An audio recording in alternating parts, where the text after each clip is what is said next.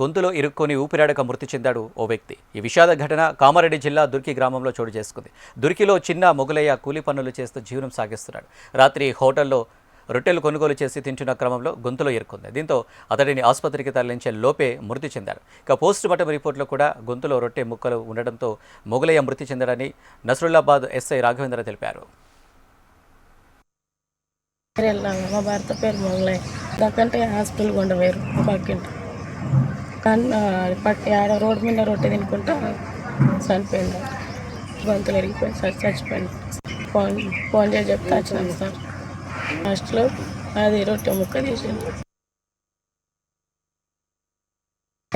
మా భర్త పేరు రాత్రి అందాజా 12 గంటల సమయంలో దుర్కి గ్రామానికి చెందిన గర్గుల్లా మొగలయ్య అనే అతను ఒక డాబాలో రొట్టెలు కొనుగోలు చేసి కిషోర్ యాదవ్ గారి పాత ఇంటి వద్ద రొట్టెలు తింటూ ఉండగా నీరు లేక గొంతులో రొట్టె ముక్క ఇరుక్కొని చనిపోయినాడు.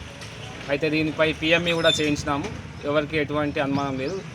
ఆ గొంతులో రొట్టె ముక్క ఇరుక్కొని చోకింగ్ ద్వారా చనిపోయారని డాక్టర్లు తెలిపారు.